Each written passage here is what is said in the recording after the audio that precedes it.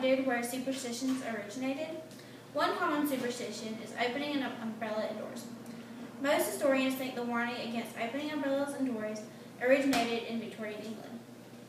In Extraordinary Origins of Everyday Things, the scientist and author Charles Pennock wrote, in 18th century London, when metal-spoked waterproof umbrellas began to become a commonly rainy-day sight, their stiff, clumsy spring mechanism made them veritable hazards to open indoors. A rigidly spoked umbrella opening suddenly in a small room could seriously injure an adult or child, or shatter a fragile object. Another common superstition is a broken mirror brings 7 years of bad luck.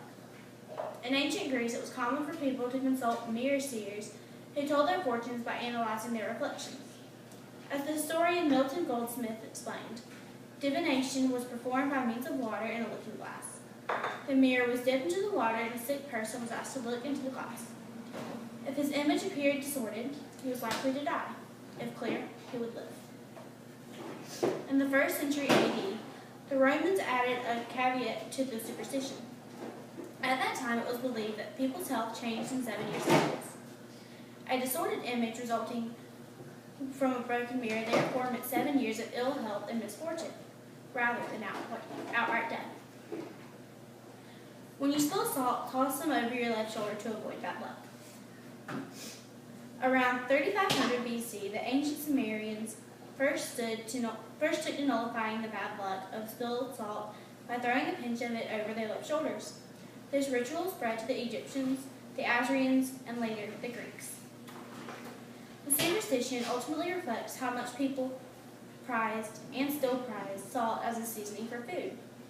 The etymology of the word salary shows how highly we value it. Finally, the number 13 is unlucky. Fear of the number 13, known as triskaidekaphobia, has its origins in Norse mythology.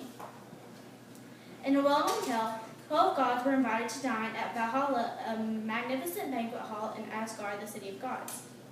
Loki, the god of strife and evil, crashed the party, raising the number of attendees to 13. The other gods tried to kick Loki out, and in the struggle that ensued, Balder, the favorite among them, was killed. Scandinavian avoidance of 13-member dinner parties and dislike of the number 13 itself spread south to the rest of Europe. It was reinforced in the Christian era by the story of the Last Supper, by which Judas, the disciple who betrayed Jesus, was the 13th guest at the table. And those are the origins of superstitions.